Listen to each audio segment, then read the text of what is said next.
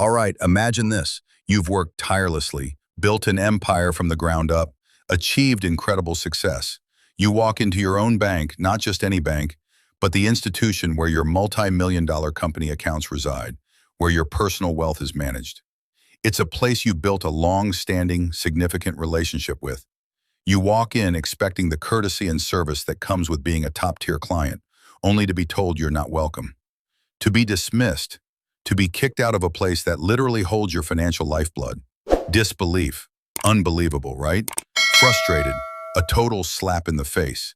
Most of us, in that humiliating moment, would probably feel a mix of shock, anger, and profound embarrassment. Also, and heavily that's not only explore about us. Because that's exactly what happened to a prominent black CEO just recently. What transpired hours after she was forcibly removed from her own bank branch didn't just make headlines. It sent shockwaves through the global banking industry, sparking a firestorm of debate. Today, we're diving deep into a viral story that's far more than just a customer service dispute. This incident has ignited heated, crucial debates about racial bias, the insidious nature of privilege in the corporate world, and the shocking power dynamics at play within the notoriously rigid banking industry. The premise is stark and infuriating. A highly successful, self-made black CEO was reportedly denied legitimate service, treated with blatant suspicion, and ultimately was forcibly removed from a branch of the very bank where she held massive accounts. This wasn't a misunderstanding. It was a perceived injustice that led to an immediate, swift, and incredibly powerful legal response that shook the foundations of that financial institution. In this comprehensive, in-depth video, we're going to meticulously break down every single aspect of this infuriating incident. We'll establish the timeline, explore the deeply painful context of racial profiling that continues to plague the financial sector, and, of course, we'll reveal the dramatic, almost cinematic aftermath when her formidable legal team quite literally stormed the bank's gates just hours later. Was this an isolated misunderstanding, a one-off error by an untrained employee, or was it a glaring, undeniable example of deeply ingrained systemic bias within an institution that should know better? By the end of this deep dive, you'll have the full picture to decide for yourself. Before we unravel every shocking detail of this incredible story, do me a huge, far more. If you appreciate in-depth analysis and compelling investigative storytelling, please smash that like button right now. It truly helps our channel reach more people and ignite these important conversations. And if you're new here and want to stay updated on these kinds of critical deep dives into real-world stories that challenge our perspectives, then hit that subscribe button and, crucially, ring the notification bell so you don't miss any of our upcoming videos. All right, let's get into it. You won't believe how this unfolded. Inside the bank. Introducing Ms. Eleanor Vance and the bank. Who is Ms. Eleanor Vance? Our protagonist in this astonishing narrative is Ms. Eleanor Vance, a name that, until recently, was primarily known in elite business circles, but is now echoing across newsrooms and social media. Ms. Vance isn't just any executive. She's the visionary and highly influential CEO of Vance Innovations Group, a powerhouse in the sustainable technology sector. She's a true self-made success story, a black woman who navigated traditionally exclusive industries, broke through countless barriers, and built a multi-million-dollar enterprise from the ground up. Her company develops cutting-edge, eco-friendly solutions, and she's celebrated for her sharp intellect, her unwavering business acumen, and her strong advocacy for equitable representation in tech. She's a woman who commands respect not just from her wealth, but from her sheer talent and achievements. Ms. Vance manages vast wealth, both corporate and personal, and like any high-net-worth individual, she cultivates strong relationships with her financial institutions. Her trust is earned, not given lightly.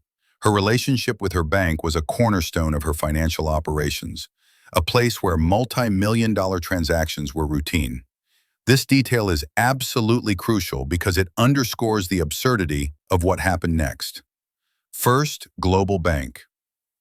The bank in question was First Global Bank, a well-known, seemingly reputable institution with branches across major cities.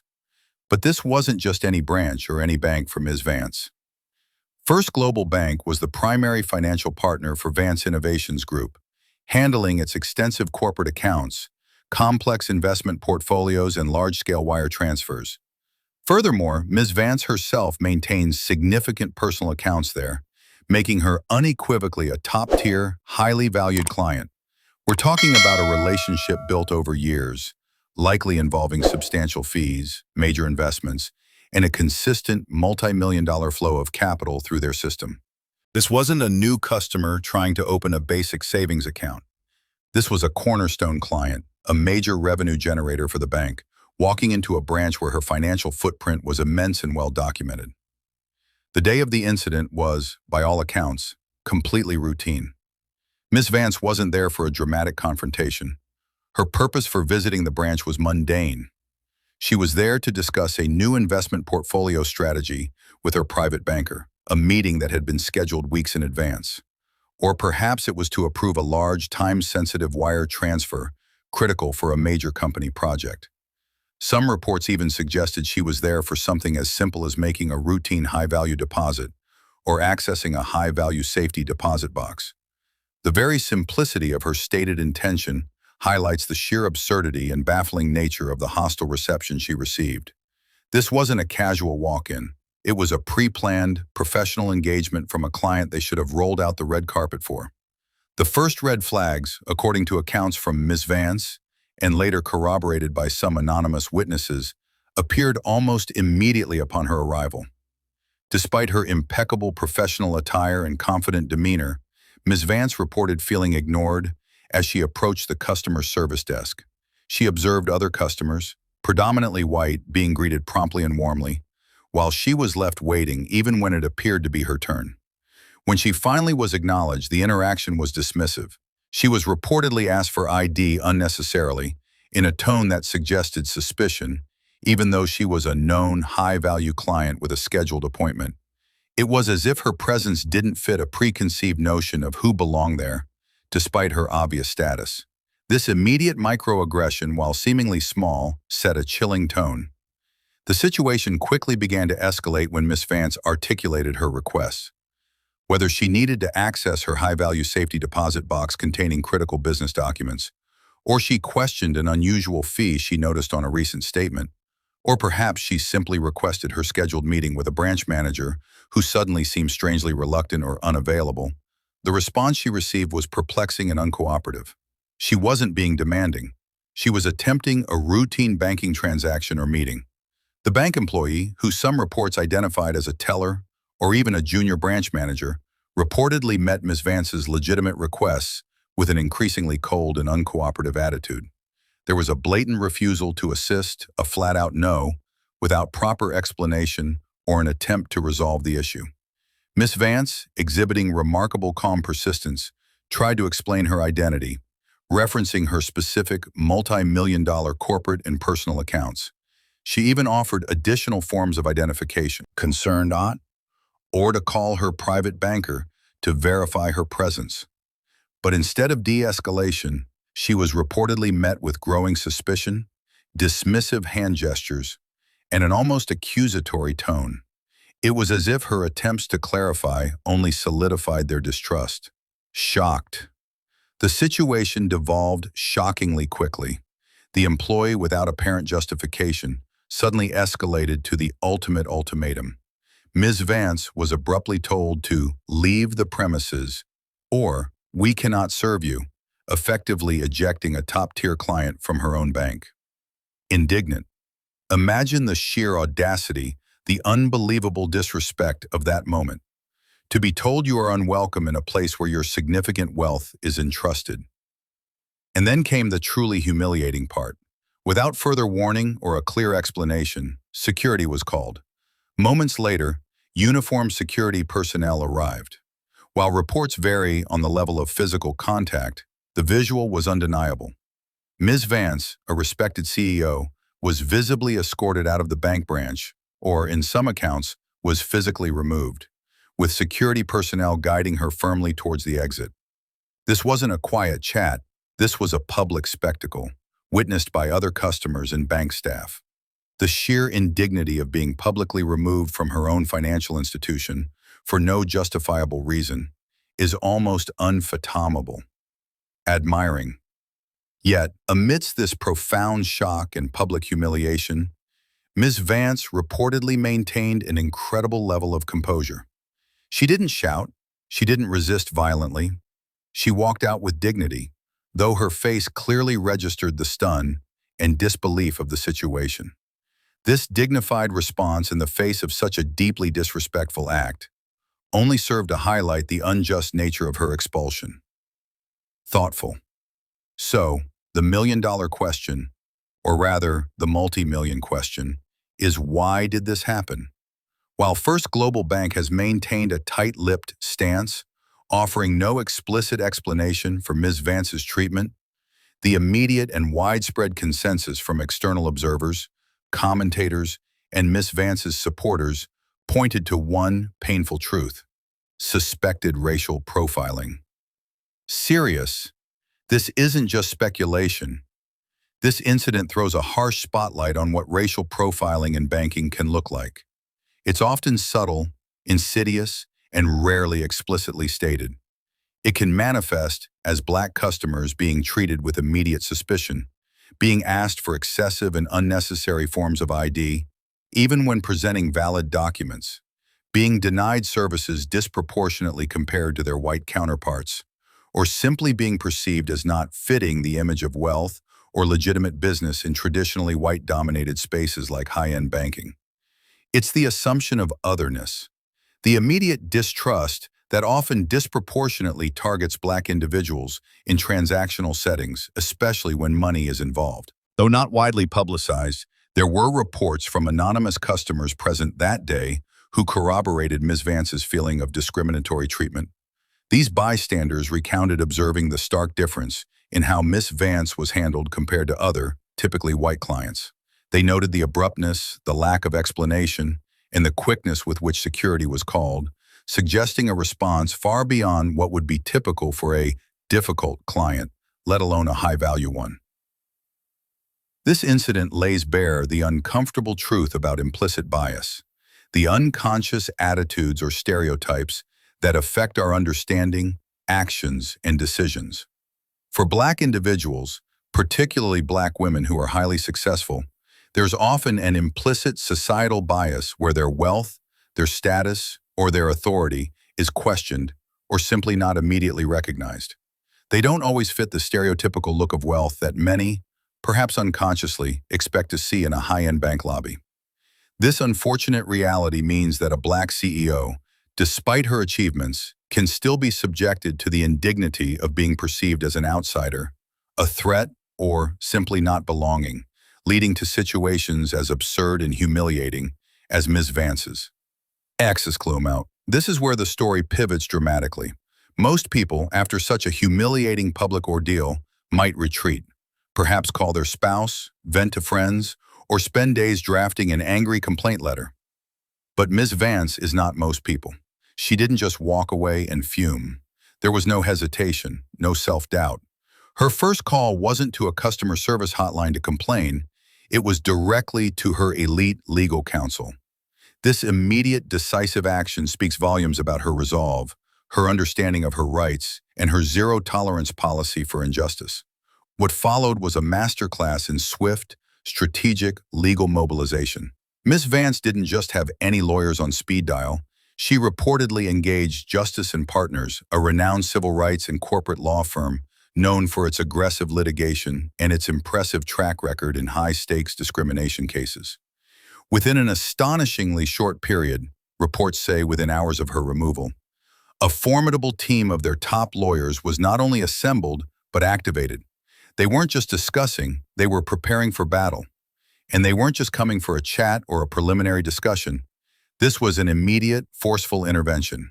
They came armed not just with their legal expertise, but with extensive, irrefutable documentation of Ms. Vance's multi-million-dollar accounts, detailed records of her long-standing relationship with First Global Bank, crucial, relevant banking laws, and critically, they were prepared with preliminary legal filings.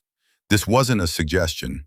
It was an ultimatum backed by solid legal groundwork and an immediate threat of legal action. And then came the truly dramatic, almost cinematic moment, the storming in, The lawyers, a visibly diverse, confident, and impeccably dressed group, arrived en masse at the very same First Global Bank branch where Ms. Vance had been so ignominiously ejected just hours earlier. Their presence wasn't loud or chaotic. It was something far more impactful. Their demeanor was one of quiet, authoritative resolve. Their very presence spoke volumes, a silent declaration of intent that sent a palpable ripple through the branch.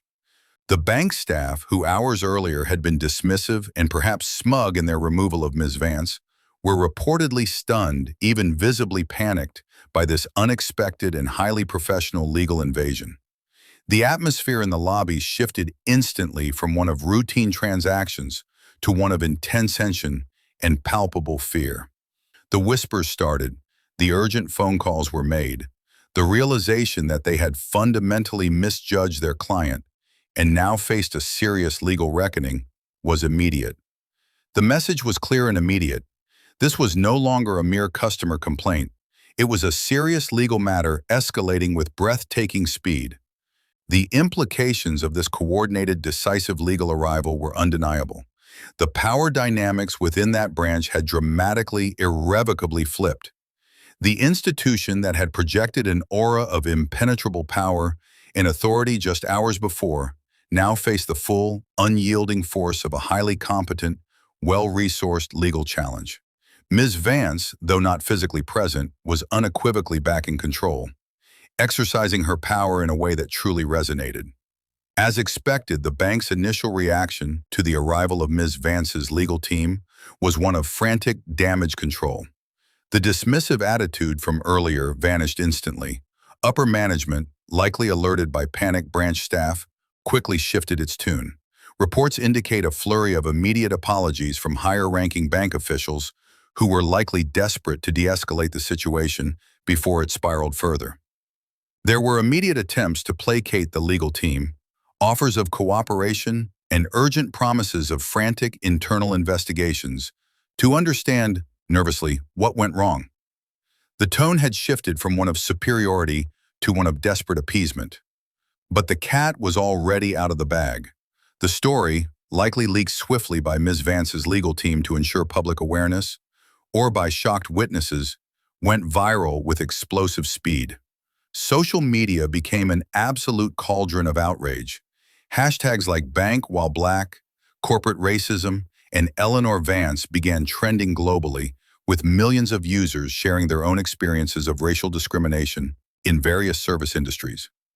The common sentiments were clear. This is exactly what we go through, and it doesn't matter how rich or successful you are, you're still black in America.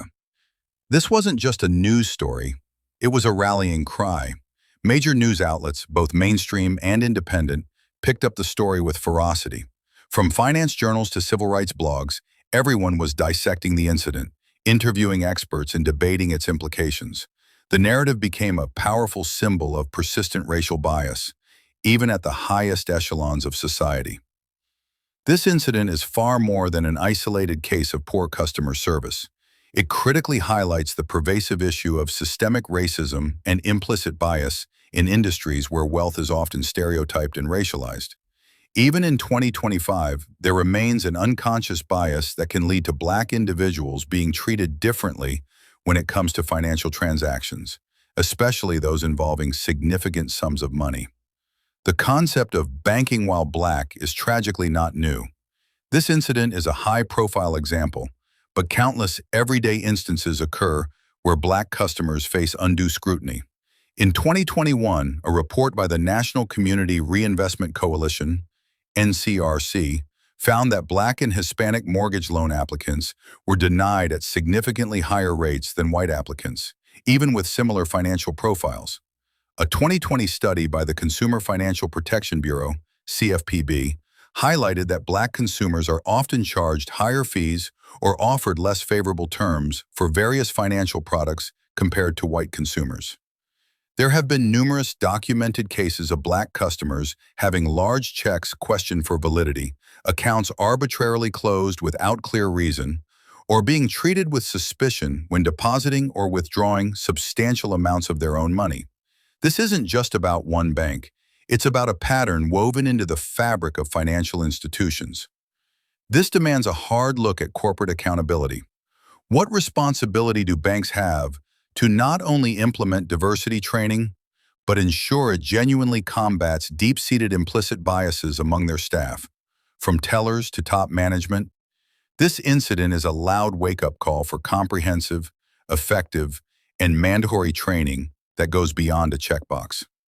Finally, Ms. Vance's case powerfully illustrates the power of representation and resources.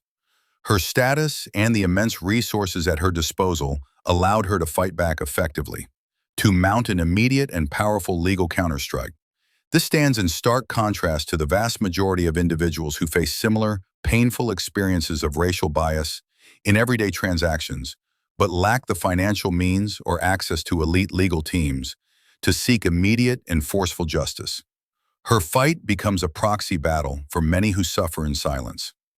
So from a routine bank visit for a high-value client, to a humiliating public ejection based on perceived bias, to the dramatic and immediate arrival of a formidable legal team, the case of Miss Eleanor Vance highlights a deeply unsettling, yet undeniably real, reality in our society. This story compels us to ask difficult but essential questions. Was this an isolated incident of individual prejudice, or a symptom of deeper, pervasive, systemic issues of racial bias embedded within the financial sector that disproportionately affect Black professionals and clients? What does Ms. Vance's incredibly decisive and rapid action teach us about standing up to injustice, especially when you have the resources and resolve to fight back with immediate force? And, critically, how can large, entrenched institutions like banks truly ensure equitable, respectful treatment for all their customers, regardless of race, gender, or perceived status in an age where implicit bias continues to cast a long shadow? We want to hear directly from you, our incredible community. This is a story with no easy answers, and your unique perspectives are invaluable. What are your thoughts on Miss Vance's shocking experience and her powerful, unprecedented response? Have you or anyone you know faced similar issues of discrimination or implicit bias in banking or other service industries? Share your stories, your insights, and your questions in the comments section below. Let's continue this vital conversation. And if this video sparked a thought, resonated with your experiences, or simply opened your eyes to a critical issue, please give it a big thumbs up. Share this video with your friends, your family, your colleagues.